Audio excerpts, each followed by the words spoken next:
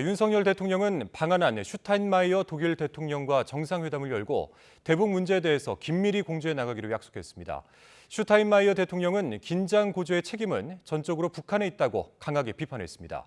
윤 대통령이 참석할 것으로 보이는 이번 달 G20 정상회의에서도 대북 억지력 강화가 핵심이 될 전망입니다. 박석영 기자입니다.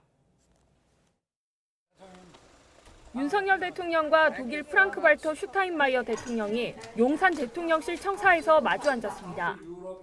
재선에 성공한 슈타인마이어 대통령이 2박 3일 일정으로 공식 방한하면서 정상회담이 개최됐습니다.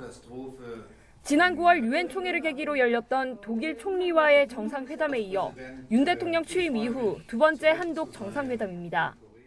자유, 인권, 법치라는 가치를 추구하는 국가로서 독일과 같은 가치를 공유하는 우방국과의 연대를 더욱 강화해 나가고자 합니다.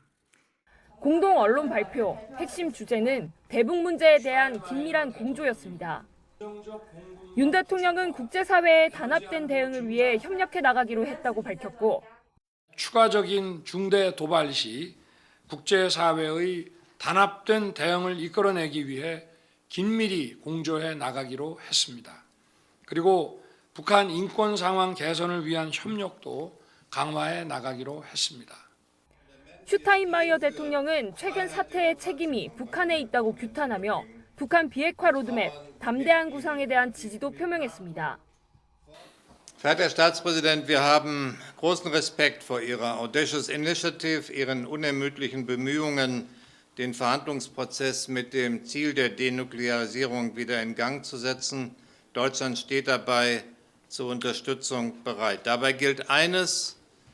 이번 달 인도네시아에서 개최되는 G20 정상회의에서도 윤 대통령은 북핵 억지력을 높이기 위한 논의를 이어갈 것으로 예상됩니다. 안녕하십니까? 일본 언론은 G20 정상회의에서 한미일 3국 정상회담을 개최하기 위한 조율에 들어갔고 한일 양자회담 개최도 모색하고 있다고 보도했습니다. 그러나 대통령실은 순방 일정이 확정되지 않은 만큼 논의도 시작되지 않았다는 입장입니다. 이태원 참사 수습이 우선이라고 보고 순방 계획에 대한 언급 역시 자제하는 모습입니다. YTN 박석영입니다.